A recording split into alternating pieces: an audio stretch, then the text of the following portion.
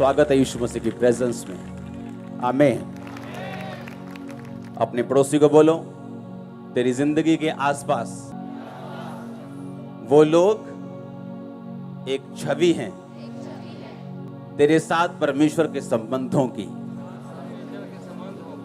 जब आप परमेश्वर के साथ जेन्युइन रिलेशनशिप में होते हैं तो वो आपको जेन्युइन फ्रेंड्स, जेन्युइन हेल्पर्स और जेन्युइन लोग देता है जो आपके साथ चल सके।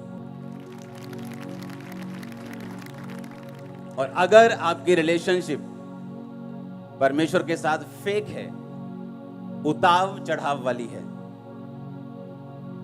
कम विश्वास वाली है, तो आपके आसपास के लोग भी जो आपकी लाइफ में होंगे वैसे ही होंगे। कुछ लोग परमेश्वर के साथ गेम्स खेलते हैं। वो बोलते जब मैं चर्च में हूं मैं एक विश्वासी हूं, लेकिन जब मैं अपने काम में चला जाता हूं मैं एक बिजनेसमैन हूं। मेरी बिजनेस लाइफ और मेरी स्पिरिचुअल लाइफ दोनों अलग अलग है। और मैं जिस तरह से मर्जी बिजनेस कर सकता हूं, उसमें मुझे झूठ भी बोलना पड़ता है, उसमें मुझे थोड़ा बहुत हेरा फेरी भी करनी पड़ती है। और इसीलिए आपके आसपास के लोग भी वैसे ही होते हैं, क्योंकि जैसे वो निराशा जो आप परमेश्वर की लाइफ में बोते हैं आपको काटने को मिलती है आपके अपने लोगों से जो आपके आसपास है। जब परमेश्वर के साथ हम एक जेन्युइन, एक असली, एक रिलेशनशिप में होते हैं तो परमेश्वर भी हमें हमारी लाइफ में असली लोग देता है। फिर आपका पति आपको फेक प्यार करने वाला नहीं होगा कि आपको मुंह पर जानू जानू बोलकर बाहर एक जानू रखी होगी। आप समझ रहे मेरी बात? हम जो कुछ भी परमेश्वर के साथ करते हैं उसका बदला हमें अपनी लाइफ के आसपास मिलता है। उसने कहा तू जब गुप्त में जाकर प्रार्थना करेगा मैं पब्लिक में उसका रिवॉर्ड दूंगा। तू प्रार्थना तो गुप्त में ही करेगा लेकिन उसका रिवॉर्ड मैं पब्लिकली तुम्हें दूंगा। तुम्हें बताने की जरूरत नहीं होगी कि तुम बहुत प्रार्थना वाले व्यक्ति हो या तुम गुप्त में बहुत प्रार्थना करते हो। तुम्हारा रिवॉर्ड, तुम्हारा रिजल्ट शॉकिंग होगा लोगों के लिए। यह रिजल्ट होगा। और वैसा ही उसने कहा अगर तुम अंदर घुस के मेरे साथ गेम्स खेलोगे तो वो भी नजर आएगा। कुछ लोग लगातार निराशा हासिल करते हैं अपनी रिलेशनशिप में, एक के बाद दूसरी, तीसरी, चौथी, अपने बिजनेस में 1, 2, 3, 4, 5, 6 लगातार, अपने परिवार में, अपने कैरियर में लगातार डिसअपॉइंटमेंट। लेकिन वो भूल जाते हैं कि उन्होंने भी परमेश्वर को लगातार निराश किया है। और परमेश्वर ने कहा क्या तुम नहीं जानते अन्य जातियां इन्हीं वस्तुओं की खोज में रहती हैं। मेरा वीजा लग जाए, मेरी शादी हो जाए, मैं बाहर चला जाऊं, मेरा कैरियर सेट हो जाए, मेरे बच्चे सेट हो जाएं। परमेश्वर ने कहा अन्य जातियां भी इसी वस्तुओं की खोज में रहती हैं, पर तुम्हारा स्वर्ग के पिता जानता है तुम्हें इन वस्तुओं की जरूरत है। पहले तुम उसके स्वर्ग और राज्य की खोज करो तो दुनिया की सब वस्तुएं तुम्हें पीछे पड़ के मिल जाएंगी। यह परमेश्वर का वायदा है तुम्हारे साथ। उसने कहा अन्य जातियां भी तो इन्हीं वस्तुओं की खोज में रहती हैं। वो भी तो जाती है ना, बाबा जी मेरा काम कर दो, रास्ता नहीं खुल रहा, कृपा कर दो। तो परमेश्वर ने कहा तुम भी तो इसी तरह से आए हो कि मेरा वीजा लग जाए, तो तुम में और उनमें फर्क क्या है? परमेश्वर ने कहा पहले तुम परमेश्वर के धर्म और राज्य की खोज करो तो सब वस्तुएं तुम्हें पीछे पड़ के क्या होंगी? मिल जाएंगी। हालेलुया। आपकी लाइफ में जो भी शारीरिक बदलाव शुरू होता है सबसे पहले वो आत्मा में होता है। जब आप आत्मा में माहौल चेंज कर लेते हैं तो शरीर में माहौल चेंज कर लेते हैं। जब आप आत्मा में बदलाव देख लेते हैं तो शरीर में अपने आप बदलाव दुनिया में आना शुरू हो जाता है। यहोशू 5 उसकी 1 से लेके 15 आयत, इसको नोट करेंगे हम। मैं आपको 2 आयत से पढ़ूंगा। यहोशू 5 उसकी 2। उस समय यहोवा ने यहोशू से कहा चकमक की छुरियां बनाकर दूसरी बार इजराइलियों का खतना कर दे। तब यहोशू ने चकमक की छुरियां बनवाकर खलड़िया नामक टीले के पास इजराइलियों का खतना कराया। यहोशू ने जो खतना कराया उसका कारण यह है कि जितने युद्ध के योग्य पुरुष मिस्र से निकले थे वो सब मिस्र के निकलने पर जंगल के मार्ग में मर गए थे। जो पुरुष मिस्र से निकले थे उनका सबका खतना हो चुका था, परंतु जितने मिस्र के निकलने पर जंगल के मार्ग में पैदा हुए थे उनमें किसी का खतना ना हुआ था। हालेलुया। जब खतना हो गया तो 9 आयत में लिखा, तब यहोवा ने यहोशू से कहा, तुम्हारी नाम धराई जो मिस्रियों में हुई है उसे मैंने आज दूर किया है। इस कारण उस स्थान का नाम गिलगाल पड़ा। सब बोलो आमीन। परमेश्वर ने कहा इनका खतना कर दो। पुराने नियम में खतना जरूरी था, तो बाइबल कहती है जब उनका खतना हुआ तो परमेश्वर ने कहा, आज मैंने तुम्हारी नाम धराई मिस्र में से क्या की है? दूर की है। इसका मतलब मिस्र में अभी भी उनकी नाम धराई थी। ले चले गए यहोवा दे कोल, की मिलिया इन्हां हाले भी धक्के खांदे जंगलां च, काम ते हले होया नहीं इन्हां दा। लेकिन काम इसलिए नहीं हुआ क्योंकि उन्होंने परमेश्वर के वचन को क्या नहीं किया था? पूरा नहीं किया था। परमेश्वर के वचन में लिखा था कि हर एक इजरायली खतना करवाएगा और उनमें से कोई भी खतने वाला नहीं था। और जैसे ही उन्होंने परमेश्वर के वचन को पूरा किया, परमेश्वर ने कहा, आज मैंने मिस्रियों में तुम्हारी बेइज्जती दूर की है।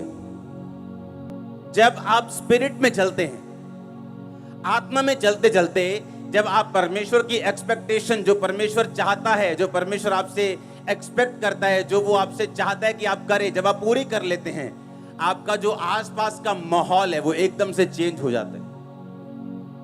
आपको नहीं मालूम होगा कि कौन सा आपका रिश्तेदार कब उसका दिमाग बदल गया और उसने आपको कहना शुरू कर दिया, यार मैं चर्च जाऊंगा। आप मेरी बात समझ रहे कि नहीं? आपको इसका प्रोसीजर मालूम नहीं, आपको कैसे हुआ ये मालूम नहीं, कैसे मेरे परिवार ने कह दिया जो एक दिन विरोधी था कि हम बपतिस्मा लेना चाहते हैं, कैसे हो गया? प्रोसीजर मालूम नहीं, तरीका मालूम नहीं, लेकिन ये मालूम है कि हुआ कैसे, कैसे हुआ ये नहीं पता कि दिमाग में क्या आया, लेकिन डाला किसने? परमेश्वर ने। और डाला कब? जब उसके वचन को पूरा किया गया। पहले भी समुद्र 2 भाग हुआ और बाइबल कहती है इस खतने से पहले जब वो जा रहे थे एक जगह तो नदी पार करनी जरूरी थी। तो जिस तरह समुद्र 2 भाग हुआ था, यहोशू ने नदी 2 भाग की थी, पता है कि नहीं? और वो भी उस टाइम में जब बाढ़ वाला टाइम था, बारिश वाला टाइम था और नदियां ओवरफ्लो बहती थी। बाइबल कहती जब यहोशू याजकों से और लोगों के साथ बाढ़ के बीच में गया तो पानी दीवार की तरह इधर और दीवार की तरह इधर, जिस तरह समुद्र में ठहरा था वैसे ठहरा रहा। इतने मिरेकल्स होने के बावजूद भी अभी तक इजराइलियों की नाम धराई बेइज्जती मिस्र में दूर नहीं हुई थी, क्योंकि अभी तक वचन जो था वो पूरा नहीं हुआ था। और जैसे ही उन्होंने वर्ड पूरा किया और खतना किया, और बाइबल कहती जैसे ही वचन पूरा हुआ तो परमेश्वर ने उनके दिमाग में, मिस्रियों के दिमाग में क्या डाला? एकदम से उनका माइंड चेंज हो गया। वो अब हमें मालूम हुआ कि वो समुद्र वाली घटना जो थी ना, वो इत्तेफाक नहीं था, वो आंधी तूफान की वजह से समुद्र 2 भाग नहीं हुआ था, क्योंकि अब हमने सुना है उन्होंने इस नदी के साथ भी वैसा ही किया। अब हमने एकदम से माइंड चेंज हुआ और बेइज्जती दूर हुई। वो सब कहने लगे यहोवा की स्तुति हो। आमीन। क्या कहने लगे? कि यहोवा जीवित परमेश्वर है, यहोवा ही परमेश्वर है। बाइबल कहती है इजराइलियों के प्रति जो उनकी बेइज्जती वाली सोच थी वो बदल गई। वो सोचने लगे कि नहीं, परमेश्वर ही इनको यहां से लेके गया, जो इनको यहां से लेके गया वो परमेश्वर ही था। अब जो परमेश्वर इनको देश दे रहा है, इनको कनान दे रहा है, वो भी परमेश्वर ही था। और बाइबल कहती परमेश्वर की महिमा होनी शुरू हुई और इजराइलियों की बेइज्जती जो नाम धराई थी उनके बीच में, वो परमेश्वर ने उसको दूर किया। आप जैसे ही परमेश्वर में आते हैं, आप परमेश्वर के वचन को पूरा करना शुरू करते हैं, आप परमेश्वर की एक्सपेक्टेशन को पूरा करना शुरू करते हैं, जो लोग आपकी निंदा करने वाले होते हैं, जो लोग आपको पीछे खींचने वाले होते हैं, एक दिन खुद मानने लगते हैं कि तुम सही जगह पे थे, तुम परमेश्वर की संतान हो, हमें भी लेके जाओ, हम भी जाना चाहते हैं। Hallelujah, hallelujah. परमेश्वर ने कहा मैंने तुम्हारी नाम धराई आज क्या की है? आज मैंने तुम्हारी नाम धराई, तुम्हारी बेइज्जती को मैंने दूर किया है। उसके वचन को मानने का फल बड़ा है, बहुत बड़ा है। वो आपकी फाइट को खत्म कर देगा जो आपके घर में चल रही है। सरेंडर कर देंगे आपके एनिमीज, सरेंडर कर देगी वो बीमारी, सरेंडर कर देगा वो तूफान, वो फाइनेंशियल ट्रबल, वो कर्जा, वो बच्चों के नशे वाली आत्मा, हालेलुया। आपको परमेश्वर के साथ चलना है, आपको परमेश्वर के साथ बढ़ना है, आपको उसके साथ गेम्स नहीं खेलनी, आपको उसके साथ फेक रिलेशनशिप नहीं रखनी। आपकी आपकी आपकी बिजनेस लाइफ और आपकी स्पिरिचुअल लाइफ दोनों अलग अलग नहीं है, ये एक ही है। आमीन।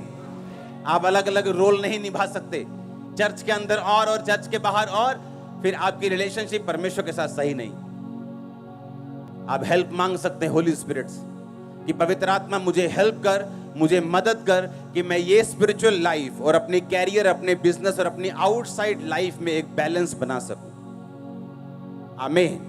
और यही तुम्हारी फाइट है। इसलिए बाइबल कहती है हर एक व्यक्ति अपना बोझ स्वयं उठाए। जो बैलेंस बनाना है वो मैंने आपका नहीं बनाना, वो आपने खुद स्टैंड लेना है। आमीन। मैंने आपको गाइड करना है, आपके लिए प्रेयर करनी, आपके लिए प्रोफेटिक वर्ड्स देने हैं, आपको लेके चलना है, लेकिन उसके बाद अपना बोझ आपने स्वयं उठाना है। आपने खुद अपने आप में स्टैंड लेना है, आपने खुद प्रार्थना करने का निश्चय करना है, आपने खुद तौबा करने का निश्चय करना है, खुद एक बैलेंस लाइफ जीने का निश्चय करना है कि आपकी स्पिरिचुअल लाइफ और आपकी कैरियर वाली लाइफ ये अलग अलग नहीं, ये सेम लाइफ है। आमीन। इसलिए परमेश्वर ने कहा जो अपना हाथ हल पर रखकर पीछे देखेगा वह मेरे योग्य नहीं। अगर रोज तू अपना क्रूस उठाकर मेरे पीछे नहीं चलेगा तो तू मेरे योग्य नहीं। हालेलुया। ऊंची आवाज में बोलो हालेलुया। उसकी 13, 14, 15 आयत को पढ़ेंगे आप अपनी स्क्रीन के सामने। तब यहोशू यरीहो के पास था तो उसने अपनी आंखें उठाई और क्या देखा कि हाथ में नंगी तलवार लिए हुए एक पुरुष सामने खड़ा है। यहोशू ने उससे पास जाकर पूछा क्या तू हमारी ओर है या हमारे बैरियों की ओर का? उसने उत्तर दिया मैं यहोवा की सेना का प्रधान होकर अभी आया हूं। तब यहोशू ने पृथ्वी पर मुंह के बल गिरकर दंडवत किया और उससे कहा अपने दास के लिए प्रभु की क्या आज्ञा है? आमीन। जैसे ही उन्होंने खतना किया, बाइबल कहती परमेश्वर ने एक स्वर्गदूत को भेजा जो उनकी सेना का स्वर्गदूतों का प्रधान होकर वहां पे गया और उसने कहा तू कौन है, तू कहां से आया है, क्या तू मेरे विरुद्ध है या मेरी ओर है? उसने कहा मैं परमेश्वर की ओर से आया हूं और मैं तेरी ओर से लड़ूंगा, मैं तेरी ओर हूं। इसका मतलब जब वचन पूरा होता है डिवाइन हेल्पर्स आपकी हेल्प करते हैं, एंजल्स की सुरक्षा आपके साथ होती। आप मेरी बात समझ रहे कि नहीं? वो प्रोटेक्शन आपके साथ होती। अपने पड़ोसी को बोलो प्रभु के साथ सही रीति के साथ चल तो सब अच्छा होगा। आमीन। उसने हमें एक मैनुअल दिया, एक बुक दी है, एक बाइबल दी है, एक वचन दिया है जिसके अनुसार अगर हम चलें तो परमेश्वर ने कहा सारी चीजें अपने आप फिट बैठेंगी तेरी लाइफ में। मैं सभी तेरे परिवार को, तेरी फैमिली को, तेरे फाइनेंस को, तेरी सेहत को, हर एक चीज को फिट कर दूंगा जहां वो फिट होनी चाहिए अगर तू मेरे धर्म और राज्य की खोज करेगा तो। आमीन। इस लाइफ में अगर कोई सफर कर रहा है, संघर्ष कर रहा है तो वो परमेश्वर की ओर से नहीं है। समझ आई कि नहीं? लाइफ इज ए स्ट्रगल, ये सबसे बड़ा क्या है? झूठ है। Life is not a struggle. आपने अपने बच्चों को स्ट्रगल करने के लिए पैदा नहीं किया। आपने ये प्लान नहीं किया कि चलो पहला बच्चा करते ताकि ये सदा फाइनेंशियल मुश्किल में रहे, दूसरा बच्चा चलो सदा ये बीमार रहे, चलो तीसरा बच्चा करते हैं सदा इसमें मुसीबतें रहे, सदा जेल में रहे। ऐसा होता है कभी? ऐसा कोई नहीं सोचता। अगर आप नहीं सोचते, परमेश्वर ने कहा तेरी और मेरी सोच में जमीन और आसमान का फर्क है। अगर तू अपने बाल बच्चों को अच्छी वस्तुएं दे सकता है बुरा होकर भी, तो मैं अपने बाल बच्चों को अच्छी वस्तुएं क्यों ना दूंगा? अगर तू रोटी मांगने पर सांप नहीं देता तो मैं अपने बच्चों को अच्छी वस्तुएं मांगने वालों को क्यों नहीं दूंगा? Life is not a struggle, ये झूठ है। लाइफ स्ट्रगल तब है जब हम अपने पिता से, अपने परमेश्वर से डिस्कनेक्टेड हैं, हमें नहीं पता कि जीवित परमेश्वर कौन है, इसीलिए life is a struggle. Life struggle नहीं है, नहीं तो हालेलुया। लाइफ स्ट्रगल नहीं है, इसलिए परमेश्वर ने आपको बाइबल दी है। अगर आप यहोशू 6 पढ़ें तो उसमें लिखा, परमेश्वर ने कहा यहोशू ये सामने यरीहो की दीवार है, और आजकल की दीवारों की तरह वो 13 इंच या 4 इंच या 9 इंच या 18 इंच की नहीं थी, फुटों में थी। इतनी बड़ी मोटी दीवार थी कि उसके ऊपर घर पड़ जाते थे। समझ आ रही कि नहीं? घर थे उसके ऊपर, दीवार इतनी मोटी थी, इतनी मोटी दीवार थी कि उसके ऊपर कमरे थे, घर थे उसकी, इतनी मोटी वो दीवार थी। वो इतनी मोटी थी कि कोई तोप, गोला, कोई उस जमाने के जो आधुनिक हथियार थे उस जमाने के हिसाब से वो दीवार को हटा नहीं सकते थे। कुछ भी दीवार पे मार दो, दीवार को हटा नहीं सकते। वो इतनी मोटी बनाई गई थी और उस दीवार से उस शहर को घेर लिया गया था ताकि कोई भी एनिमी उस दीवार के अंदर ना आ सके, और उस दीवार के ऊपर फौजी खड़े रहते थे। परमेश्वर ने वायदा किया था कि वो देश मैं तुम लोगों को, यहोशू तुम लोगों को दूंगा। और परमेश्वर ने कहा यहोशू जा और उस दीवार के रोज एक चक्कर लगा के आ, रोज याजकों को साथ ले जा, वाचा के संदूक वचन को साथ ले जा, और रोज उस दीवार का एक चक्कर लगाना और कुछ मत बोलना। 7वें दिन 7 चक्कर लगाना। जब 7 चक्कर पूरे हो जाएं, याजक नरसिंगा फूंके, और जब नरसिंगे का शब्द सुनाई दे, सब लोग हालेलुया के जयकारे मारना, दीवार गिर जाएगी। अब सुनो ध्यान से, जो भी परमेश्वर हमें देता है बाइबल में, जो पुराने नियम की कहानियां हैं, वो एक प्रतिबिंब यानी एक आईना है, एक एग्जाम्पल है हमारे लिए। बाइबल कहती, परमेश्वर ने कहा याजकों को साथ लेके जाना। यानी आपकी लाइफ में भी ऐसा समय आता है, मेरी लाइफ में भी आया, जब हमें मालूम होता है कि ये जो दीवार है, ये जो मुसीबत है, ये जो बीमारी है, या जो ट्रबल मुझे घेर के खड़ा है, इसका ना तो कोई मेडिकल हल है, ना कोई दुनिया इसका हल है, ना मेरा माँ प्यो इसका हल कर सकता है, ना मेरी पत्नी, ना मेरा पति, ना मेरे बच्चे, कोई इसका हल नहीं कर सकता। इसका हल सिर्फ परमेश्वर कर सकता है। समझ आई कि नहीं? ऐसा आपकी लाइफ में अगर नहीं हुआ तो वो होगा, ताकि परमेश्वर अपनी उपस्थिति साबित कर सके कि मैं तुम्हारी लाइफ में जीवित हूं। अब हुआ क्या? बाइबल कहती जैसे ही वो जा रहे थे, उन्होंने 7 चक्कर लगाए। आपकी लाइफ में जो इम्पॉसिबल चीजें हैं, कि आपका पति 20 साल से शराब पी रहा है, आपकी सुनता नहीं, लेकिन जब आप चर्च में आए, आपको मालूम होना चाहिए अब वो आपकी सुनने वाला है। लेकिन वो होगा कैसे? ये परमेश्वर ने एग्जाम्पल्स दिए हैं बाइबल में। उसने कहा जब तुम 7 चक्कर लगा लेना तो जय जयकार करना। और बाइबल कहती है वो पहले दिन जब गया तो वाचा का संदूक यानी वचन को लेके गया और याजकों को लेके गया। आप जानते हैं कितने क्रिश्चियंस हैं इस दुनिया में जो ब्रेक हैं, जो टूटे हुए हैं, जो परमेश्वर से दूर हैं, लेकिन है क्रिश्चियन। कारण क्या है? कारण यह है कि वाचा का संदूक वो साथ लेके गए। आज क्रिश्चियंस हद से ज्यादा गिनती में हैं जो रोज बाइबल नहीं पढ़ते। आप जानते हैं, आपने लंगड़े चलते हुए हर संडे देखे हों तो भी आप विश्वास में बने नहीं रह सकते जब तक आप खुद बाइबल नहीं पढ़ेंगे और खुद नहीं सुनेंगे। आप मेरी बात समझ रहे कि नहीं? आपने अपने सामने मुर्दा जिंदा होता देखा हो, अंधे देखे हों, पागल संगलों से छूटते हुए देखे हों, तो भी आपको वचन पढ़ने की जरूरत है। आपको मालूम, अगर आप वचन नहीं पढ़ेंगे, आपकी स्पिरिट में शैतान अविश्वास के साथ और अपने ऐसे वचनों के साथ और अपने ऐसे क्वेश्चंस के साथ अटैक करेगा जिसका जवाब आपके पास नहीं होगा, क्योंकि शैतान कभी भी इमोशनल जवाबों से नहीं मरता, वो वचन के जवाबों से मरता है। आप समझ रहे क्या?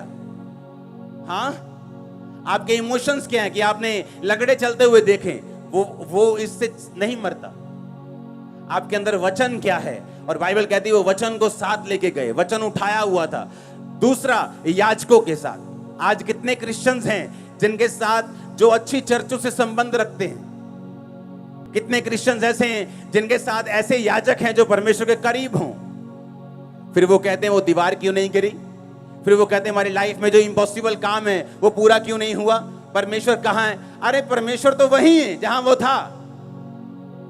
परमेश्वर तो तब भी था जब यरीहो की दीवार नहीं गिरी थी, वो तब भी था जब गिरी थी। अब बात यह है कि परमेश्वर की हुक्मों को, उसकी आज्ञाओं को, उसके जो हुक्म हैं उन्होंने माना कि नहीं माना। और परमेश्वर का हुक्म था अगर तुम इम्पॉसिबल दीवार को गिरते हुए देखना चाहते हो तो याजकों को लेके जाओ, याजकों को सुरक्षित रखो, और याजकों को के साथ जो वाचा का संदूक है वो हो, और उसके बाद नरसिंगे हो, वर्शिप हो, और उसके साथ तुम चलते जाना। आज कितने लोग ऐसे हैं जो अच्छी संगतियों से संबंध रखते हैं? लोगों को लगता है जो घर के पास है वहां चले जाओ, पैसा बचा लो। किराया बहुत लगता है चर्च जाने में, तो पैसा बचाते हैं। पैसा तो बचा लिया, पर दीवार वहीं की वहीं खड़ी। उस दीवार के पीछे कितने करोड़ों बैठे हैं, कितनी ब्लेसिंग्स बैठी, वो नजर नहीं आई, लेकिन वो किराया नजर आया जो चर्च जाने में लगता है। वो नजर नहीं आया जो उसके पीछे श्राप है वो टूटेगा, वो नजर नहीं आया जो उसके पीछे कितने बंधन है वो टूटेंगे, वो शैतान जो जाएगा, वो बीमारियां जो जाएंगी, वो श्राप जो घरों से, नशे के जो चीजों के खत्म होंगे, वो नजर नहीं आया। और बाइबल कहती है वो याजकों को लेके चले, वाचा का संदूक जिसमें परमेश्वर के हाथ के लिखे हुए वचन थे वो लेके चले, और उन्होंने जब वर्शिप की 7वें दिन 7 बार चक्कर मार के, हालेलुया, परमेश्वर ने कहा 7वें दिन तुम 7 बार चक्कर, एक शहर के जब तुम 7 चक्कर लगा लोगे तुम्हारी हालत क्या हो जाएगी। अगर कोई आज का लीडर वहां होता ना, कहता ऐ करो तू ही पता, तू ही मारो पहला नारे, ਤੁਹਾਡਾ शरीर भी उदों ਐਨ चुस्ती च होना है। ਆਪਾਂ ਪਰੌਂਠੇ ਪਰੌਂਠੇ ਖਾ ਕੇ ਚੱਲਦੇ ਆਂ, ਪਹਿਲਾਂ ਨਾਰੇ ਮਾਰ ਲਾਂਗੇ ਤੇ ਬਾਅਦ ਚ ਘੁੰਮ ਲਾਂਗੇ। हाँ, परमेश्वर ने क्या कहा? परमेश्वर ने कहा पहले तुम चक्कर लगाओगे 7। हाय 7 चक्कर, लेडीज भी हैं उसमें, बच्चे भी हैं उसमें, बुजुर्ग भी हैं उसमें। कई बार परमेश्वर जो करने के लिए बोलता है ना वो सेंसलेस लगता है, ऐसा लगता है कि परमेश्वर निर्दयी है, ऐसा लगता है कि परमेश्वर को आज का मालूम नहीं आज क्या चल रहा है दुनिया में। अरे छोटा सा बच्चा है, चर्च में गर्मी बहुत होगी, अरे आज बारिश बहुत है, आज गर्मी बहुत है, आज। जब वो शारीरिक रूप में थक गए, परमेश्वर ने कहा अब मारो जय जयकार के नारे। सुनो, समझ आई कि नहीं? और हमें थोड़ी सी गर्मी से डर लगता है चर्च में बैठने में। हालेलुया। इसीलिए आत्मिक चीजों में हम लोग पीछे, जबकि हमें आगे होना चाहिए। अब आगे जा रहे हैं, आगे जा रहे हो, परिवार समेत आगे जा रहे हो, फाइनेंस समेत आगे जा रहे हो, सेहत समेत आगे जा रहे हो, यीशु मसीह के नाम में आमीन हो जाए। बरकत तुम्हारी है चर्च। उन्होंने कहा जब तुम 7 चक्कर लगा लोगे तो नारे मारेंगे, बच्चे भी होंगे, बुजुर्ग भी होंगे, लेडीज भी होंगी, जेंट्स भी होंगे, बड़े भी होंगे, छोटे भी होंगे। 7 चक्कर लगाने के बाद शहर के अब हम जय जयकार के नारे लगाएंगे, और जब तुम जय जयकार के नारे लगाओगे, हालेलुया बोलोगे, तो उसने कहा दीवार गिर जाएगी। और जब दीवार गिरी, अगर लोग इस साइड थे कि अंदर वाले ये ना सोचे कोई स्पेशल केमिकल लेके आए और दीवार इधर गिरी, जबकि दीवार किधर गिरी? इधर वाली साइड, जैसे किसी ने उनकी ओर से धक्का मारा हो। हालेलुया। और जब दीवार गिरी, परमेश्वर कहता अब चढ़ जाओ और जो कुछ तुम्हारे सामने है ले लो, मैं तुम्हें तुम्हारे हाथ में करता हूं सारा कुछ। हालेलुया। वो तुम्हारे हाथ में करने वाला, बीमारियों को हाथ में करने वाला, उन श्रापों को तुम तोड़ दोगे खुद अपने हाथों से, पैरों से। उसके पहले के सारे इंस्ट्रक्शंस आपको माननी होगी। आमीन। आपको एक वर्शिपर बनना होगा। सुबह निकले घर से, अगर लेट निकले तो किराया कम तो नहीं लगा, उतना ही लगा ना, ज्यादा ही लगा होगा 10 रुपए, कि ऑटो वालों ने पता कि काका घंटा रह गया हूं तो 15 लगणगे। हाँ, उतना ही किराया लगा, उतना ही एफर्ट लगा, तो क्यों नहीं टाइम पर आए हम? 1 घंटा भी हम वर्शिप मिस क्यों करें? आधा घंटा भी वर्शिप मिस क्यों करें? लेकिन ये स्पिरिचुअल नॉलेज, ये आत्मिक नॉलेज, ये आत्मिक सेंस सब लोगों को नहीं है। इसलिए सारे लोग यहोशू के जैसे नहीं हैं, सारे दाऊद के जैसे नहीं हैं, सारे शमूएल के जैसे नहीं। ये नहीं कि परमेश्वर ने आपको दाऊद की तरह नहीं चुना या आपको पतरस की तरह नहीं चुना, उसने सब कुछ चुना है काम बड़े करने के लिए, लेकिन आपका रिस्पॉन्स कैसा है आत्मिक चीजों के लिए, ये मायने रखता है। हम सुबह टाइम से नहीं निकले, वो बर्तन जो सुबह 7 बजे धोने चाहिए वो हम 9 बजे धो रहे हैं, ये हमारी गलती है। जो काम हम सुबह कर सकते आलस की वजह से नहीं किया, और चर्च में 1 घंटा लेट है। 10 बजे वर्शिप शुरू होती, हम कोई 11 बजे आ रहे हैं, कोई 11:45 आ रहे हैं, कोई 10:30 आ रहे हैं, क्योंकि हम स्पिरिचुअली इतना एक्टिव नहीं है कामों के लिए।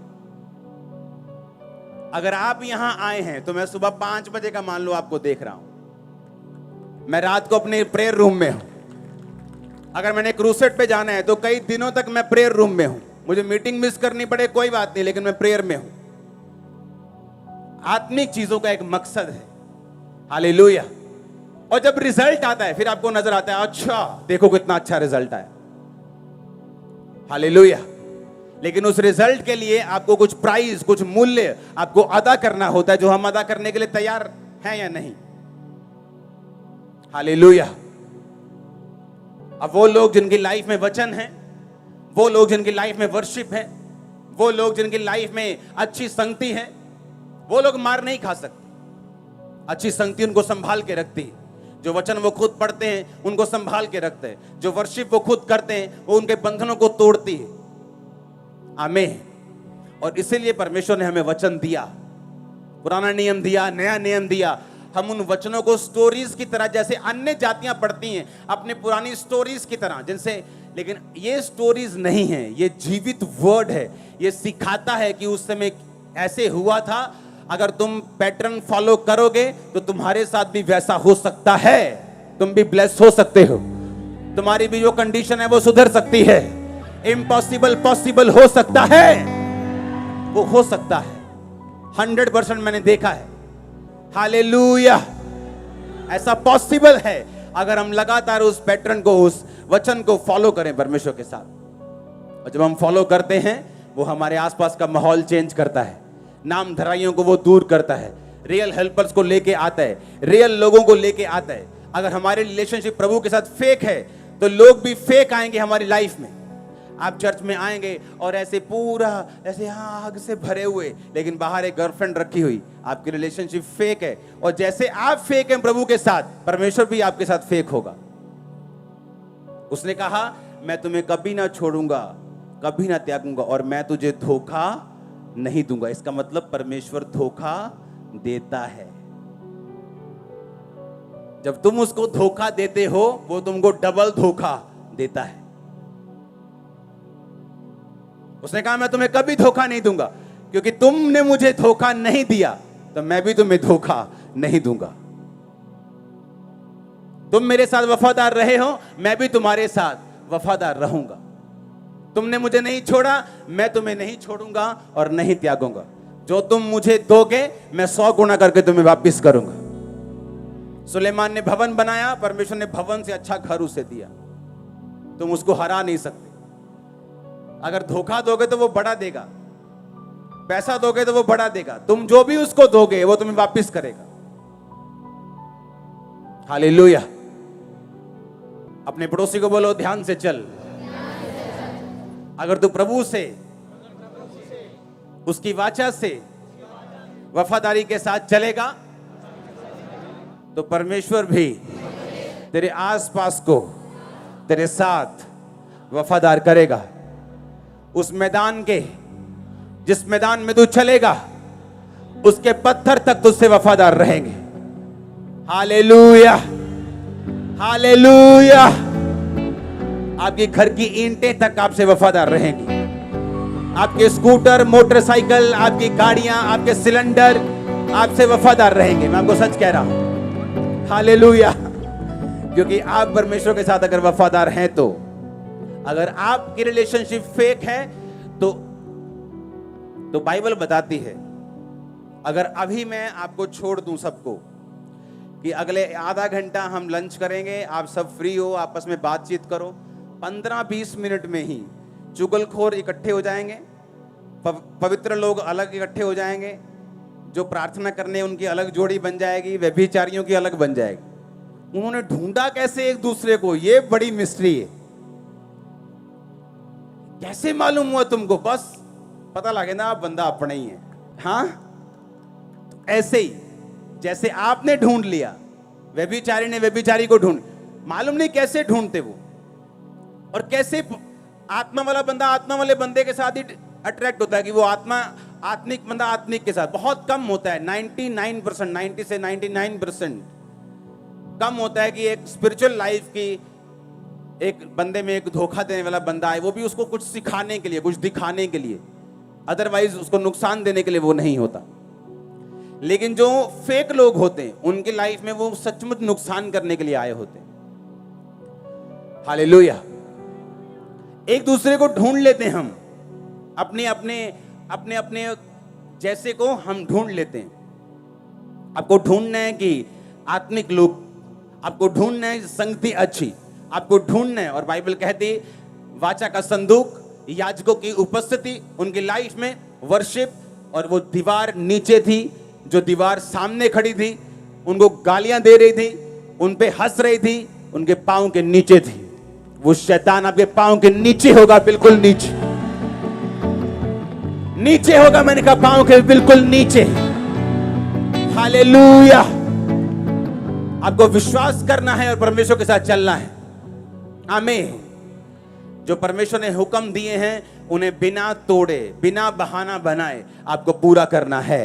हम परमेश्वर से ज्यादा धर्मी नहीं हो सकते, परमेश्वर से ज्यादा पवित्र नहीं हो सकते, परमेश्वर से ज्यादा आगे नहीं देख सकते। जितना वो देख सकता है हम उतने हिसाब से चलें। हालेलुया।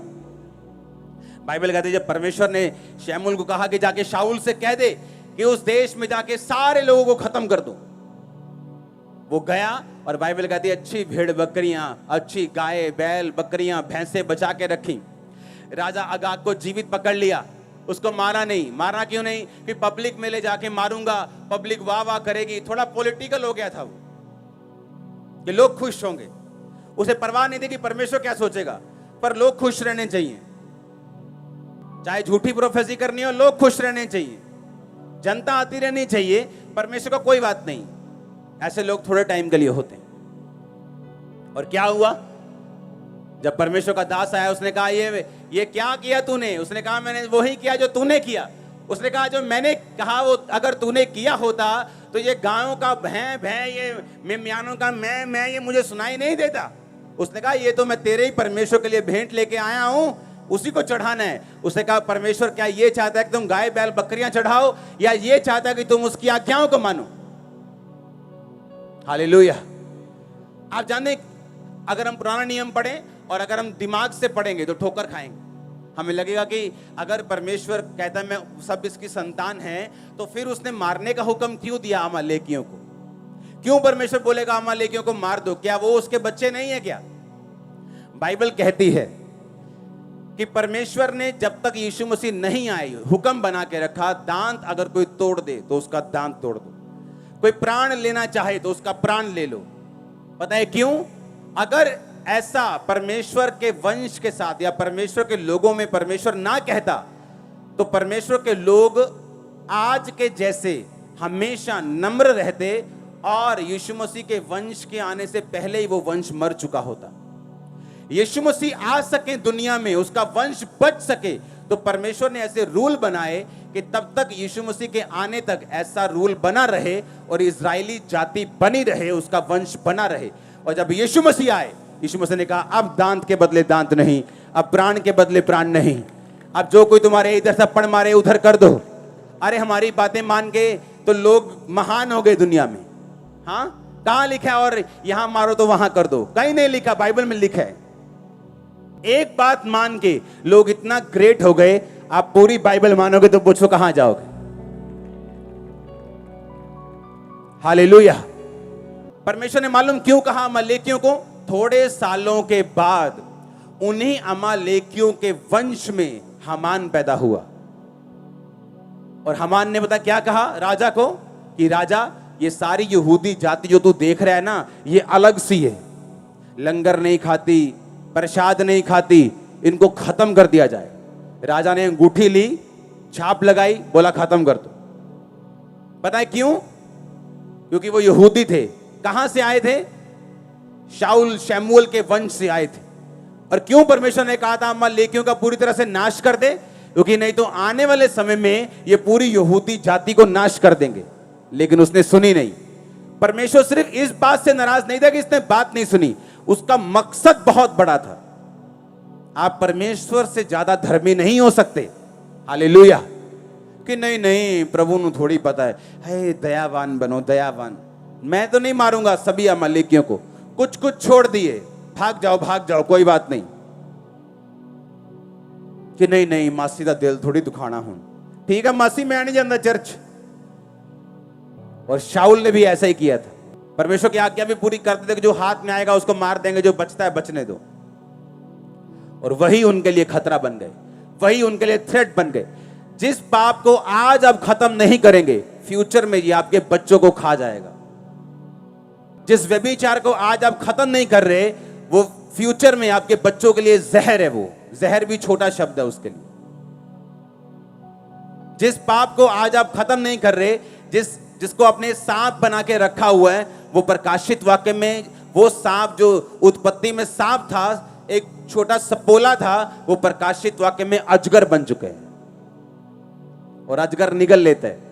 लोग तब नहीं सुधरते जब वो पाप करते हैं और कहते कोई बात नहीं, लेकिन जब वो अजगर बन के पूरे परिवार को निगल लेता है, तब वो रोते हैं। तब रोने का फायदा नहीं, अब हो गया जो होना था। हम प्रभु से ज्यादा धर्मी नहीं। अगर वो कहते हैं कि अगर तेरी दाहिनी आंख ठोकर मारती है तो फेंक दे उसको, फेंक दे कुछ देर के लिए रिश्तेदारों को, फेंक दे कई बार कुछ देर के लिए अपने कैरियर को, अगर वो तेरी आत्मिक जिंदगी के सामने आता है, क्योंकि तू सब कुछ फेंक कर भी स्वर्ग राज्य में प्रवेश कर जाएगा। और जो तू फेंकेगा, मैं इस दुनिया पर 100 गुना वापस भी तुझे करूंगा, ताई माने पर करूंगा। आमीन। ताई माने के ऊपर पतरस ने कहा, प्रभु हम सब कुछ छोड़कर तेरे पीछे हो गए, हमें क्या मिलेगा? परमेश्वर ने कहा, एक भी ऐसा नहीं ना होगा आने वाले समय में जिसने मेरे लिए कुछ छोड़ा हो और 100 गुना ना पाए। खेत छोड़े 100 गुना, पैसा छोड़ा 100 गुना, घर छोड़ा 100 गुना, और साथ में अनंत जीवन भी। इस दुनिया की बरकतें भी तुम पाओगे 100 गुना, और अनंत जीवन भी पाओगे 100 गुना। तुमने प्रभु के लिए इज्जत को छोड़ दिया, लोगों ने तुम्हारी बेइज्जती की, परमेश्वर ने कहा मैं 100 गुना 1000 गुना इज्जत वापस करूंगा तुम्हें, इसी दुनिया पर करूंगा, और स्वर्ग में अनंत जीवन भी तुम्हें दूंगा। Hallelujah, hallelujah, hallelujah. अब फैसला आपने करना है कि परमेश्वर के साथ वफादार रहना है, गुड रिलेशनशिप बना के रहना है, कि फेक रिलेशनशिप रख के अपने आसपास के लोगों को भी वैसा देखना है जैसा आप परमेश्वर के साथ हैं। क्योंकि आपके आसपास की जिंदगी एक छवि है, प्रतिबिंब है, एक मिरर है जो आपने परमेश्वर के साथ किया है। Hallelujah, hallelujah. अब आपने देखना है आपने क्या करना है, चॉइस आपके हाथों में। आपको आपका पास्टर आपके घर में देखने नहीं आने वाला, आपने कितनी शराब पी, आपने कितनी ब्लू फिल्म देखी, वो नहीं देखेगा, लेकिन परमेश्वर देखेगा, उसी के हिसाब से हमें बदला देगा। आज जो पाप सांप की तरह है, कल वो अजगर की तरह है। आज वो आपको खत्म कर रहा है, कल वो परिवारों को खत्म करेगा। आपने फैसला करना है क्या करना है। हालेलुया। वो हमें फैसला करना है हमें क्या करना है। अपने पाप को पालकर अजगर बनाना है उसको, या उसको आज ही उसकी सिरी कुचल देनी, उसका सिर कुचल देना है। आमीन। और आगे बढ़ना है परमेश्वर के साथ। जब उन्होंने वचन को पूरा किया, जब खत्म किया, तो परमेश्वर ने मनों को बदलना शुरू कर दिया, विरोधियों के मनों को बदलना। मन, परमेश्वर ही मन बदल सकता है, आप नहीं बदल सकते। आप कुछ भी दिखा सकते हैं लेकिन मन नहीं बदल सकते। लेकिन मन बदलने वाला परमेश्वर है। जैसे उन्होंने प्रभु के वचनों को पूरा किया, परमेश्वर ने विरोधियों के मन बदलने शुरू कर दिए। परमेश्वर ने कहा आज मैंने तुम्हारी नाम धराई, तुम्हारी बेइज्जती को आज मैंने दूर किया है, जब तूने वचनों को माना है। सडनली रियलाइज होगा आपके लोगों को कि नहीं, वो जगह सही है, यीशु मसीह सही। एकदम से आपके हस्बैंड को, आपकी वाइफ को, आपके नशे करने वाले बच्चों को एकदम से रियलाइज होगा, एकदम से मालूम दिमाग में कुछ आएगा कि नहीं, मुझे परमेश्वर के साथ चलना है।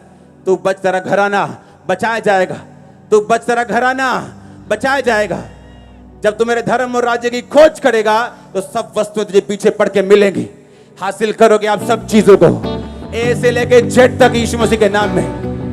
मैंने कहा ए से लेके जेड तक यीशु मसीह के सामर्थ्य नाम में। उसने कहा मैं अल्फा, मैं ओमेगा, मैं आखिरी, मैं अंत, मैं शुरू हूं। मैं आप सब चीजों को हासिल करने पाएंगे जो परमेश्वर ने आपके लिए रखी हैं।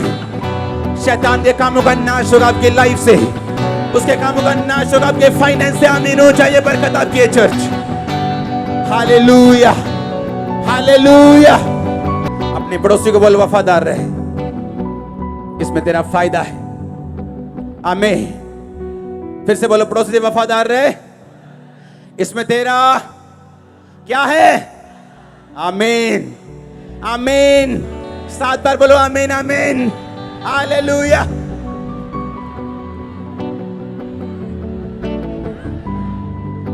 आमीन। समझ आ रहा है वचन? हाँ, कैसे परमेश्वर काम करता है। अब मिरेकल्स पहले भी हो रहे थे, लेकिन परमेश्वर ने उनके हार्ट को चेंज कर दिया। और परमेश्वर ने कहा आज मैंने वो नाम धराई क्या की है? दूर की है। कब? आज। आज आप नहीं जानते, आज आप तौबा करके जाए और एक गुड न्यूज आपकी वेट कर रही हो, क्योंकि उस पर आपका कोई कंट्रोल नहीं। उस पर कंट्रोल तो सिर्फ वही है जिसने जमीन और आसमान को बनाया है। अमृतसर क्रूसेड के लिए तारीफ करो जोर से। लोगों को लगता है कि वो बहुत बड़ा इकट्ठ था, तो मैं उनको बताना चाहता हूं ये शुरुआत है। परमेश्वर ने मुझे दिखाया कि अब आधा किलोमीटर नहीं, अब 5-5 किलोमीटर लंबे क्रूसेड होंगे। आपको ऐसा लगेगा कि आप आधे फगवाड़े तक गाड़ी पार्क करके आए हो, चलते जा रहे हो। एक क्रूसेड कब खत्म होगा? आमीन। सुनो, अगर हम धर्म को फैलाने वाले होते तो लड़ते। हम धार्मिकता को फैलाने वाले। वो कहते हैं कि मैं नया धर्म बनाने के लिए नहीं आया, मैं धार्मिकता को बनाने के लिए आया। इसलिए हम सबसे प्यार करते हैं, करते रहेंगे। हमें कोई मतलब नहीं कोई क्या कहते हैं, हम करते थे और करते रहेंगे। अपना काम करते थे और वो भी करते रहेंगे। हालेलुया। अपने हाथों को उठाओ। सुनो मेरी बात, अगर हम वचन के सगे नहीं, कोई दुनिया में आपका सगा नहीं हो सकता। मैं आपको लिख के देता हूं। आप हमेशा खाली, ठगे हुए महसूस करेंगे। जैसे किसी ने चोरी कर ली, आपको लगेगा कोई आपका अपना नहीं, जब तक आप वचन के साथ पूरा संबंध नहीं बना लेंगे। क्यों? आपको बनाया ही ऐसे गया है। आपको ऐसे किया गया है। आपकी जो फंक्शनिंग है ना, आपका जो सॉफ्टवेयर है, वो बनाया ही परमेश्वर ने इस तरह का है कि आप इससे अलग कर ही नहीं सकते कुछ। और जितना हम परमेश्वर के खिलाफ फाइट करेंगे, उतना खिंचेंगे, उतना फ्रस्ट्रेट होंगे और वापिस फिर उसी पहाड़ के नीचे आएंगे। हमें फैसला करना है खुदा के साथ फेथफुल रहने का, और वो आपके लिए बेस्ट रास्तों को ओपन करेगा। वो मेक श्योर करेगा आपकी टेस्टिमनीज, आपकी गवाहियां, आपका फाइनेंस, आपका परिवार बेस्ट हो। और आमीन ऊंचा चाहिए। उठाओ अपने हाथों को। Thank you Jesus. हिलाओ हिलाओ हिलाओ अपने हाथों को।